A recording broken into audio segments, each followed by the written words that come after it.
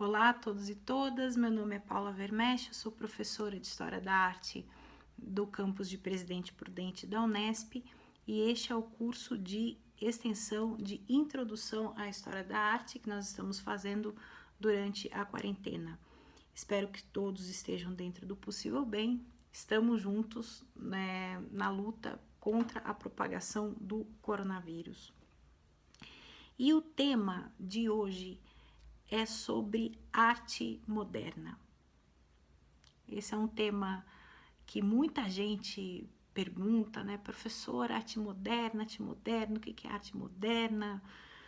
Eu não gosto de arte moderna, o que faz com a arte moderna, enfim. E para a gente começar um pouco esse tema, eu gostaria de lembrar a vocês que arte moderna é uma coisa que está vindo já faz tempo. Tá? Se você for procurar, então, o início do termo moderno, você tem que colocar na conta desse senhor aqui, tá? Do Dante. Porque foram os poetas da época do Dante que disseram que eles eram os modernos em contrapartida dos antigos. Então, Dante é o mestre moderno em contrapartida com Virgílio, que é o mestre antigo. Professora, mas o Dante escreveu a comédia por volta de 1300. Ele não seria medieval? Pois é, vocês vejam como é que são as coisas, né? Então, por que a gente tem que tomar cuidado com certos termos em história? Porque alguns termos em história foram criados depois daquela época para descrever aquela época. E às vezes são termos que surgiram pejorativamente. É o caso do tal Idade Média.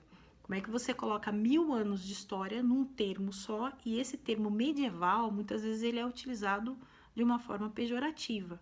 As pessoas ficam falando assim, a gente voltou à Idade Média, voltou à Idade Média. Quem dera a gente estivesse voltando à Idade Média, nós estaríamos construindo a Catedral de Notre Dame, inventando um monte de coisas interessantes. Então, assim, calma lá, né? A gente às vezes tem um pouco de preconceito contra as épocas passadas e acha que a nossa época é melhor do que as anteriores. Mas o que eu quero dizer é que ninguém se dizia medieval. Nós somos medievais hoje em dia, nós hoje em dia, 1300, na época do Dante, nós somos os medievais e agora acordamos os modernos. Isso não existe. Então, modernidade ela é uma coisa que está vindo já faz tempo. Só que em história da arte, mais ou menos a gente entende que a arte moderna está surgindo ali no final do século XVIII. E o que aconteceu no final do século XVIII? O que o Hobsbawm chama a Era das Revoluções. A Revolução Francesa e a Revolução Industrial.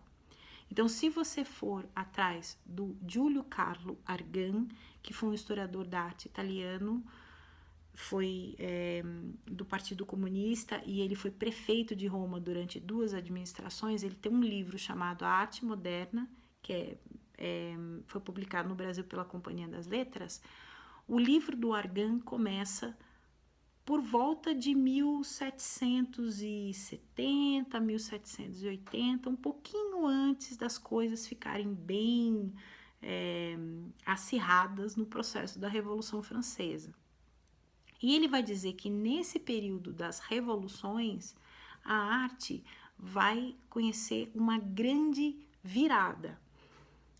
Então, assim, os artistas, eles deixam de tratar temas da história da nação de uma maneira laudatória, ou seja, de exclamação dos feitos do rei, dos temas da história da Bíblia, para tratar de temas daquele momento.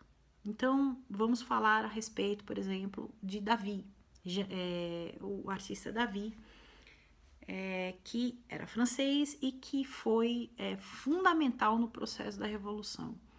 Davi vai parar de pintar temas da antiguidade romana para tratar de temas do momento em que ele vive.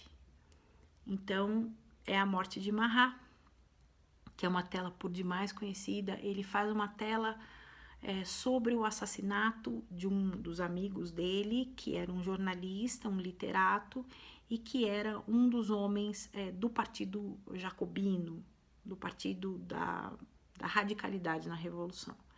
Então, em vez de tratar de um tema lá perdido na história, Davi começa a falar sobre o que está acontecendo agora. A arte moderna ela teria essa disposição, os artistas modernos teriam essa disposição para falar do seu momento, do momento presente. E quando eles tratam do momento presente, muitas vezes eles fazem denúncias. Eles apontam o dedo em questões que muitas vezes a sociedade não quer tratar.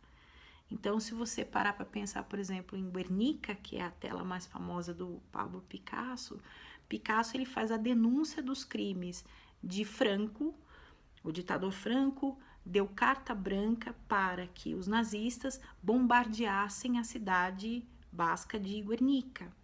Guernica teria queimado por 3 dias, os habitantes da cidade pereceram nesse bombardeio, que era um exercício de guerra. Quer dizer, os nazistas podiam treinar, matar, com o beneplácito do ditador Franco. Então, Guernica é a denúncia dura que Picasso faz desse crime.